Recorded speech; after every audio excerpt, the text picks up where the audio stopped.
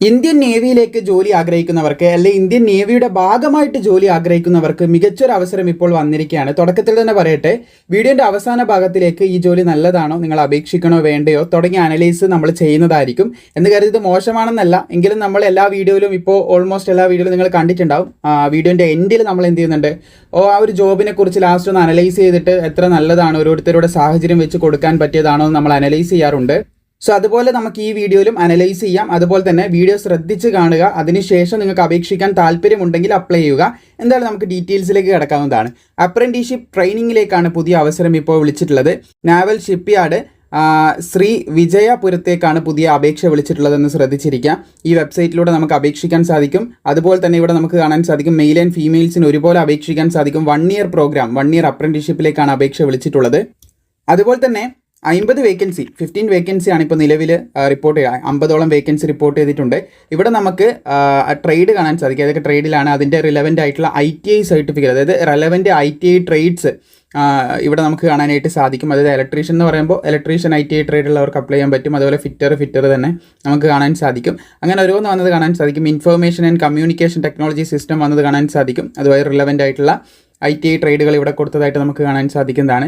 പിന്നെ instrument mechanic വന്നിട്ടുണ്ട്. അതുപോലെ തന്നെ മെഷീനിസ്റ്റ് വന്നിട്ടുണ്ട്. പിന്നെ മെഷീനിസ്റ്റ് തന്നെ ഓൾസോ നമ്മുടെ മെക്കാനിക് റിഫ്രിജറേഷൻ ആൻഡ് AC വന്നിട്ടുണ്ട്.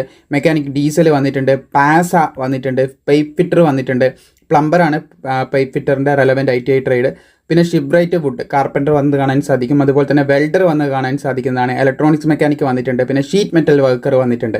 അപ്പോൾ ഈ കാണുന്ന ITI ട്രേഡ് നിങ്ങൾക്ക് ITI വേണമെന്ന് ശ്രദ്ധിച്ചിരിക്കുക. പിന്നെ ഇതിന് പരീക്ഷയോ ഇതൊന്നും ഇല്ല. ഞാൻ തംബ്നെയിലും അതുപോലെ ടൈറ്റിലും മെൻഷൻ ചെയ്ത പോലെ പരീക്ഷയില്ല, ഫിസിക്കലില്ല, അങ്ങനെയുള്ള പ്രോസസ്സൊന്നും ഇല്ല. വീഡിയോ മുഴുവനായി കണ്ടാൽ നിങ്ങൾക്കെല്ലാം മനസ്സിലാവുന്നതാണ്. അപ്പോൾ ടോട്ടൽ 50 ഒഴിവുകളാണ് നിലവിൽ റിപ്പോർട്ട് ചെയ്തിട്ടുള്ളത്. സോ ഇനി നമുക്ക് ക്വാളിഫിക്കേഷനിലേക്ക് കിടക്കാം. ക്വാളിഫിക്കേഷൻ പറഞ്ഞിട്ടുള്ളത് നമുക്കിവിടെ കാണാൻ സാധിക്കും. മിനിമം 10ാം ക്ലാസ് ആണ്, മെട്രിക്കുലേഷൻ 10ാം ക്ലാസ് ഉണ്ടായിരിക്കണം എന്നാണ് പറഞ്ഞിട്ടുള്ളത്. ഫോളോഡ് ബൈ ITI പാസ് ആയിരിക്കണം റെലവൻറ്റ് ട്രേഡിൽ. നമ്മളിപ്പം പറഞ്ഞ ട്രേഡുകൾ ഉണ്ടല്ലോ, മുകളിലൊരു ലിസ്റ്റായിട്ട് നമ്മൾ പറഞ്ഞല്ലോ. അപ്പോൾ അതിൽ ഏതെങ്കിലും ഒന്നിൽ ITI സർട്ടിഫിക്കറ്റ് നിങ്ങൾക്ക് ഉണ്ടായിരിക്കണം എന്ന് പറയുന്നുണ്ട്. അതുപോലെ മിനിമം ഏജ് പറയുന്നത് 18 വയസ്സാണ്. അപ്പർ ഏജ് ലിമിറ്റ് ഇതിൽ പ്രത്യേകിച്ച് പറയുന്നില്ല. മിനിമം ഏജ് എന്താണ്, 18 വയസ്സ് മിനിമം ഉള്ളവർക്ക് ഇതിന് അപേക്ഷിക്കാനായിട്ട് സാധിക്കുമെന്നുള്ള കാര്യം നമുക്ക് മനസ്സിലാക്കാനായിട്ട് സാധിക്കുന്നതാണ്.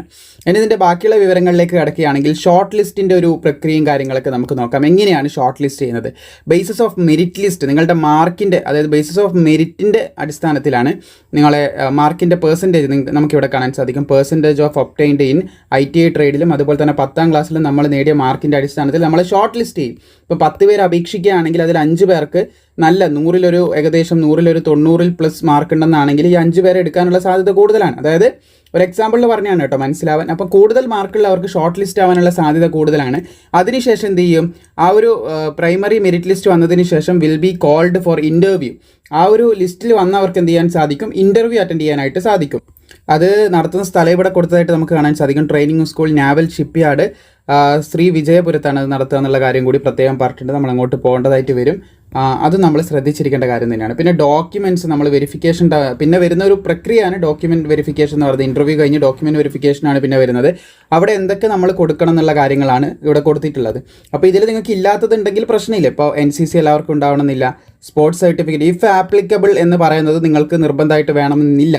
അതായത് നിങ്ങൾ OBC സർട്ടിഫിക്കറ്റ്, അതായത് OBC-കാരാണെങ്കിൽ OBC സർട്ടിഫിക്കറ്റ് നിർബന്ധമായിട്ട് വേണം, ആപ്ലിക്കബിൾ ആണ്. അതുപോലെ തന്നെ എക്സ് സർവീസ്മാൻ ആണെങ്കിൽ നിങ്ങൾക്ക് ഈ ഒരു സർട്ടിഫിക്കറ്റ്, എക്സ് സർവീസ്മാൻ്റെ ഡിസ്ചാർജ് ഈ ഒരു സർട്ടിഫിക്കറ്റ് നിർബന്ധമായിട്ട് വേണം. NCC ആണെങ്കിൽ അതിൻ്റെ സർട്ടിഫിക്കറ്റ് വേണം. സ്പോർട്സ് ആണെങ്കിൽ അത് നിർബന്ധമായിട്ട് വേണം. ഏറ്റവും ഇമ്പോർട്ടൻ്റ് ആയിട്ട് നിങ്ങൾക്ക് വേണ്ടതാണ് ITI സർട്ടിഫിക്കറ്റും 10ാം ക്ലാസ് സർട്ടിഫിക്കറ്റും മസ്റ്റായിട്ട് നിങ്ങൾക്ക് ഉണ്ടായിരിക്കണം എന്നുള്ള കാര്യം. പിന്നെ ആധാർ കാർഡും മസ്റ്റാണ്. ബാക്കി ഓരോരോ കാസ്റ്റ് അതുപോലെ തന്നെ സർട്ടിഫിക്കറ്റ് ഓരോന്നിനെ ബേസ് ചെയ്തിരിക്കുന്നതാണ്. അതുപോലെ മെഡിക്കൽ എക്സാമിനേഷൻ നമുക്ക് കാണാൻ സാധിക്കും. ഡോക്യുമെൻറ്റ് വെരിഫിക്കേഷൻ കഴിഞ്ഞാൽ നമുക്ക് മെഡിക്കലാണ് വരുന്നത്. സോ ഓൺലൈനായിട്ടാണ് നമ്മൾ അപേക്ഷിക്കേണ്ടത്. ഓൺലൈൻ അപേക്ഷിക്കേണ്ട ലിങ്കാണിത്. ഓൺലൈൻ അപേക്ഷിക്കാനുള്ള ലിങ്ക് താഴെ കൊടുത്തിട്ടുണ്ട്. ഈ നോട്ടിഫിക്കേഷൻ ലിങ്ക് താഴെ കൊടുത്തിട്ടുണ്ട്. വീഡിയോ അവസാനം വരെ കണ്ടതിന് ശേഷം മാത്രം നിങ്ങൾ എന്ത് ചെയ്യുക, അപേക്ഷിക്കാൻ താല്പര്യമുള്ളവർ അപ്ലൈ ചെയ്യുക. വീഡിയോൻ്റെ അവസാനം നമ്മൾ ഇതിനെപ്പറ്റി അനലൈസ് ചെയ്യുന്നതായിരിക്കും.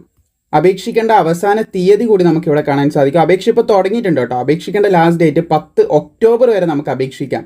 ഒക്ടോബർ, അതായത് 10/10/2026 വരെ, ഒക്ടോബർ മാസം വരെ നമുക്ക് അപേക്ഷിക്കാൻ നല്ല സമയമുണ്ട്. അപ്പോൾ ആലോചിച്ച് നിങ്ങൾക്ക് അപേക്ഷിക്കാം. ഫൈനലി നമ്മളൊന്ന് അനലൈസും കൂടി ചെയ്യുന്നുണ്ട്. അപ്പോൾ ആലോചിച്ച് നിങ്ങൾക്ക് ഓക്കെ ആണെന്നാണെങ്കിൽ എന്ത് ചെയ്യാം, ഈ പോസ്റ്റിലേക്ക് അപേക്ഷിക്കാനായിട്ട് സാധിക്കുന്നതാണ്. ആദ്യം നമുക്കിതിൻ്റെ പോസിറ്റീവ് നോക്കാം. എപ്പോഴും നമ്മൾ നെഗറ്റീവ് അല്ല പറയാം. ആദ്യം നമുക്ക് പോസിറ്റീവ് വശങ്ങൾ എന്തൊക്കെയാണെന്ന് നോക്കാം. പോസിറ്റീവ് പറയുകയാണെങ്കിൽ ഇതിന് പരീക്ഷയില്ല. അതൊരു പോസിറ്റീവ് ആണെന്ന് പലരും ചിന്തിക്കും. തീർച്ചയായിട്ടും പോസിറ്റീവ് തന്നെയാണ്. നമ്മൾ പരീക്ഷ എഴുതാൻ പോകണം, ഫിസിക്കൽ അറ്റൻഡ് ചെയ്യാൻ പോകണം, ഇതിനൊക്കെ നമുക്ക് ചിലവ് കൂടുതലാണ്, ചിലവ് വന്നുകൊണ്ടിരിക്കും. അപ്പോൾ പരീക്ഷയില്ല എന്നുള്ളത് ഒന്നാമത്തെ പോസിറ്റീവ് തന്നെയാണ്. മറ്റൊരു പോസിറ്റീവാണ് അപ്പർ ഏജ് ലിമിറ്റ് ഇല്ല എന്നുള്ളത് കാര്യം. അതായത് 18 വയസ്സിൻ്റെ മുകളിലുള്ള ആർക്കും ഇതിനെ അപേക്ഷിക്കാനായിട്ട് സാധിക്കും. അപ്പോൾ 18 വയസ്സ് കഴിഞ്ഞിട്ട് നേവീൻ്റെ ഭാഗമായിട്ട് ഒരു അപ്രൻറ്റീസ്ഷിപ്പ് ട്രെയിനിങ് ഒക്കെ ചെയ്യണമെന്നുള്ള ഒരാൾക്ക് നല്ലൊരു അവസരം തന്നെയാണ്. പോസിറ്റീവിൽ എടുക്കാൻ പറ്റുന്ന ഒരു കാര്യം തന്നെയാണത്. പിന്നെ മറ്റൊരു പോസിറ്റീവാണ് ഇതിൻ്റെ മൂന്നാമത്തെ പോസിറ്റീവാണ് ഫിസിക്കൽ ഇല്ല എന്നുള്ള കാര്യം. ഫിസിക്കൽ ടെസ്റ്റ് ഇതിനില്ല. ചിലവർക്ക് ഫിസിക്കൽ ഭയങ്കര ബുദ്ധിമുട്ടായിരിക്കും. നേവീൻ്റെ അപ്രൻറ്റീസ് ആണെങ്കിൽ പോലും എന്താണ് ഫിസിക്കൽ എന്ന് പറയുന്ന ഒരു സംഭവം വരാത്തതുകൊണ്ട് അതൊരു പോസിറ്റീവായിട്ട് നമുക്ക് എടുക്കാവുന്നതാണ്.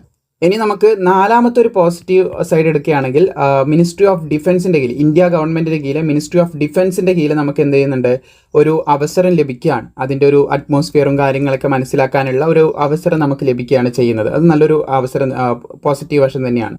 ഇനി മറ്റൊരു അഞ്ചാമത്തെ ഒരു പോസിറ്റീവ് വശം നോക്കുകയാണെങ്കിൽ ഫ്രീ സേഫ്റ്റി, അതുപോലെ തന്നെ നമ്മുടെ സേഫ്റ്റി ഗാർഡ്, അതുപോലെ ക്ലോത്തിങ് കാര്യങ്ങൾ, ഇതിൻ്റെ ജോലിക്ക് ആവശ്യമായിട്ടുള്ള കാര്യങ്ങൾ, ഇതൊക്കെ ഫ്രീ ആയിട്ട് നമുക്ക് ലഭിക്കും. അതും ഒരു അത്യാവശ്യം പോസിറ്റീവ് വശത്ത് നമുക്ക് എടുക്കാൻ പറ്റുന്ന കാര്യം തന്നെയാണ്.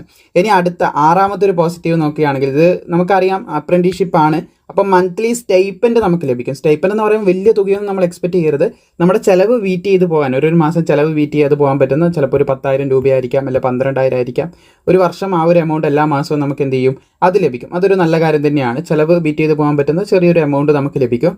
പിന്നെ ഏറ്റവും ഇമ്പോർട്ടൻറ്റ്, ഇത്ര നേരം പറഞ്ഞ് നമ്മൾ നോർമലി നമ്മൾ ചിന്തിക്കുമ്പം വരുന്ന ഏറ്റവും 6 കാര്യങ്ങൾ ചിന്തിക്കുമ്പോൾ വരുന്ന നല്ലൊരു കാര്യങ്ങളായിട്ടുള്ള കാര്യങ്ങളാണ്. ഏറ്റവും നല്ലൊരു പോയിൻ്റാണ് അടുത്തൊരു 7ാമത്തെ ഒരു പോയിൻ്റാണ് നമുക്ക് NAC എന്ന് പറയുന്നൊരു സർട്ടിഫിക്കറ്റ്. NAC എന്ന് പറയുന്നൊരു സർട്ടിഫിക്കറ്റ്, അതായത് നാഷണൽ അപ്രൻറ്റീസ്ഷിപ്പ് സർട്ടിഫിക്കറ്റ് നമുക്ക് ലഭിക്കും. അത് ഫർദർ ജോബ്സിന് നമുക്ക് യൂസ്ഫുൾ ആകും. മേ ബി യൂസ്ഫുൾ ആകും, ഉറപ്പായിട്ടല്ല. മറ്റുള്ള ജോലികളൊക്കെ വരുമ്പോൾ നമ്മളിതിൽ അപ്രൻറ്റീസ്ഷിപ്പ് ചെയ്തിട്ടുണ്ട് എന്നുള്ളത് ആ ഒരു സർട്ടിഫിക്കറ്റ് നമുക്ക് അപ്ലോഡ് ചെയ്യാം. അത് വെച്ച് നമുക്ക് മറ്റുള്ള ജോലികൾക്ക് ട്രൈ ചെയ്യാൻ പറ്റും. പിന്നെ മറ്റൊരു ബെനിഫിറ്റാണ്, 8ാമത്തെ ബെനിഫിറ്റാണ് നമുക്ക് മെഡിക്കൽ ട്രീറ്റ്മെൻറ്റ് സപ്പോർട്ട് ഡ്യൂറിങ് നമ്മുടെ ട്രെയിനിങ് സമയത്ത് നമുക്ക് യാർഡിൽ വെച്ച് മെഡിക്കൽ ട്രീറ്റ്മെൻറ്റ് സപ്പോർട്ടും കാര്യങ്ങളൊക്കെ എന്തൊക്കെ അത്യാവശ്യം വന്നു കഴിഞ്ഞാൽ അവിടെ ലഭിക്കുന്നുള്ളത് മറ്റൊരു 8 ബെനിഫിറ്റും കാര്യങ്ങളും നമ്മളിപ്പം പറഞ്ഞിട്ടുണ്ട്. അപ്പോൾ ഇത്രയും ബെനിഫിറ്റ് ഉണ്ട്. അപ്പോൾ ഈ ബെനിഫിറ്റ് നമ്മൾ മനസ്സിൽ വെക്കുക. അതേപോലെ തന്നെ ഇതിൻ്റെ പോസിറ്റീവ് പോലെ തന്നെ നമ്മൾ നെഗറ്റീവും കൂടി നോക്കേണ്ടതായിട്ടുണ്ട്.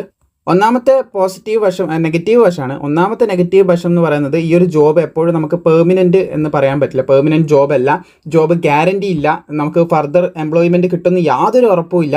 ഇതിൽ ഒരു വർഷം നമുക്ക് കംപ്ലീറ്റ് ചെയ്യാൻ പറ്റും, ആ ഒരു സർട്ടിഫിക്കറ്റ് കിട്ടും എന്നല്ലാതെ മറ്റൊരു ഗ്യാരണ്ടിയോ കാര്യങ്ങളോ പറയാൻ പറ്റില്ല. അതൊരു നെഗറ്റീവ് വശം തന്നെയാണ്. പിന്നെ മറ്റൊരു നെഗറ്റീവ് വശമാണ് 50 ഒഴിവുകൾ മാത്രമേ ഉള്ളൂ. ഒഴിവുകൾ കുറവാണെന്ന് നമുക്ക് ഇതിൽ നിന്ന് മനസ്സിലാക്കാം. ഓൾ ഇന്ത്യ ലെവലിൽ അപ്ലൈ ചെയ്യാൻ പറ്റുന്ന പോസ്റ്റാണ്. അപ്പം വേക്കൻസി വളരെ ക്രൂഷ്യലാണ്. വേക്കൻസി കുറവായിട്ടുള്ള മറ്റൊരു നെഗറ്റീവ് വശം തന്നെയാണ്. അതൊരു നെഗറ്റീവ് വശം തന്നെയാണ്. പിന്നെ ഏറ്റവും വലിയ നെഗറ്റീവാണ് ഇതിൻ്റെ ലൊക്കേഷൻ എന്ന് പറയുന്നത്. ലൊക്കേഷൻ വരുന്നത് ആൻഡമാൻ ആൻഡ് നിക്കോബാർ ഐലൻഡിലാണ്. ആൻഡമാൻ ആൻഡ് നിക്കോബാർ ഐലൻഡിലാണ് നമുക്ക് എന്ത് ചെയ്യുന്നത്, ഇതിൻ്റെ ലൊക്കേഷൻ ശ്രീ വിജയപുരം എന്ന് പറയുന്നത് അവിടെയാണ് ഇത് ചെയ്യുന്നത്. ഒരു റിമോട്ട് ലൊക്കേഷൻ ഏരിയ, ആ ഒരു ടൈപ്പ് ഓഫ് ഏരിയ ആണല്ലോ നമ്മുടെ ആൻഡമാൻ നിക്കോബാറിലെ ആ ഒരു ഏരിയ ആണ്. അപ്പോൾ അങ്ങോട്ട് വരെ നമ്മൾ പോകുക എന്ന് പറയുന്നത് വളരെ ക്രിട്ടിക്കലായിട്ടുള്ള, വളരെ ബുദ്ധിമുട്ട് അർഹിക്കുന്ന ഒരു സംഭവം തന്നെയാണ്. ഇനി അവിടം വരെ പോയി എന്ന് നമ്മൾ വിചാരിക്കുക. അപ്പോൾ 4ാമത്തെ ഒരു നെഗറ്റീവാണ് TA ഇല്ല, ട്രാവൽ അലവൻസ് നമുക്ക് ലഭിക്കുന്നില്ല. അത് മറ്റൊരു നെഗറ്റീവാണ്. അതുപോലെ തന്നെ ഈ 5ാമത്തെ ഒരു പോയിന്റിൽ നമുക്കിതിൽ നിൽക്കുന്ന സമയത്ത് ഒരു യൂണിയനിലോ അല്ലെങ്കിൽ ഒരു പൊളിറ്റിക്കൽ പാർട്ടീൻ്റെ ഭാഗമായിട്ട് അതിലൊന്നും പൊളിറ്റിക്കൽ നിൽക്കാൻ ഞാൻ പ്രോത്സാഹിപ്പിക്കുന്നില്ല കേട്ടോ. അല്ലെങ്കിൽ ഒരു യൂണിയൻ നമ്മുടെ പ്രശ്നങ്ങൾ ഇതാക്കാൻ അങ്ങനെ ഒന്നും നിൽക്കാനോ അതിൻ്റെ ഒന്നും സംഭവങ്ങളൊന്നും ഈ പീരീഡിൽ പറ്റില്ല. അങ്ങനെ കുറേ അധികം നെഗറ്റീവുകളുണ്ട്. അപ്പോൾ ഇത് രണ്ടും കമ്പയർ ചെയ്ത് നമ്മൾ നോക്കുന്ന സമയത്ത് നമ്മൾ കുറേ അധികം പോസിറ്റീവ് പറഞ്ഞു, പക്ഷേ ഈ നെഗറ്റീവുകൾ തന്നെ വളരെ കൂടുതലാണ്. ഇനി ഇതിൻ്റെ അപ്പുറം പറഞ്ഞ ആർക്കും അപേക്ഷിക്കാൻ തന്നെ ചിലപ്പോൾ തോന്നണമെന്നില്ല. ആൻഡമാൻ നിക്കോബാർ വരെ നമ്മളിത് അറ്റൻഡ് ചെയ്യാനായിട്ട് പോകണം എന്നുള്ളത് മറ്റൊരു നെഗറ്റീവാണ്. അവിടെ TA ലഭിക്കുന്നില്ല എന്ന് മറ്റൊരു നെഗറ്റീവാണ്. പിന്നെ നമുക്ക് ജോലി പെർമനൻ്റ് ആവില്ല എന്നുള്ളത് മറ്റൊരു നെഗറ്റീവാണ്. നമുക്ക് ജോലിയിൽ ഒരു ഗ്യാരണ്ടി നമുക്ക് ഉറപ്പ് പറയാൻ പറ്റില്ല. 50 വേക്കൻസി ഉള്ളൂ എന്നുള്ളത് മറ്റൊരു നെഗറ്റീവാണ്. അപ്പോൾ ഈ കാര്യങ്ങളൊക്കെ ഒന്ന് വിലയിരുത്തി നോക്കുമ്പോൾ ഏറ്റവും കൂടുതൽ ഒരു 60-70% ഇതിന് അപ്ലൈ ചെയ്യാതിരിക്കുന്നത് നല്ലതെന്നാണ് നമുക്ക് തോന്നുന്നത്. കാരണം എന്താണ്, ഇന്ത്യൻ്റെ നമ്മുടെ ഈ ഒരു ടെറിറ്ററി ഈ ഒരു ഭാഗത്തുള്ള നമ്മുടെ പെനിൻസുലർ ഇന്ത്യൻ്റെ ആ ഒരു ഭാഗത്തോ അവിടെയൊന്നല്ല നമുക്ക് ട്രാവൽ ചെയ്ത് പോകേണ്ടത്. ആൻഡമാൻ നിക്കോബാർ ഐലൻഡിലേക്ക് പോകണം. ആ കാര്യങ്ങളൊക്കെ കൊണ്ട് എൻ്റെ അഭിപ്രായം പറഞ്ഞതേ ഉള്ളൂ. 70% അപ്ലൈ ചെയ്യാതിരിക്കുന്നതിന് നല്ലത്. പിന്നെ നിങ്ങൾക്ക് നിങ്ങൾക്കിത് ഓക്കെയാണ്, നിക്കോബാർ പ്രശ്നമില്ല. പിന്നെ ഒരു വർഷത്തേക്ക് ട്രെയിനിങ്ങിന് നിങ്ങൾ ഓക്കെ ആണെന്നാണെങ്കിൽ എന്ത് ചെയ്യാം, 1 ഇയറിലേക്ക് നിങ്ങൾ ഓക്കെ ആണെങ്കിൽ തീർച്ചയായിട്ടും നിങ്ങൾക്ക് അപ്ലൈ ചെയ്യാം.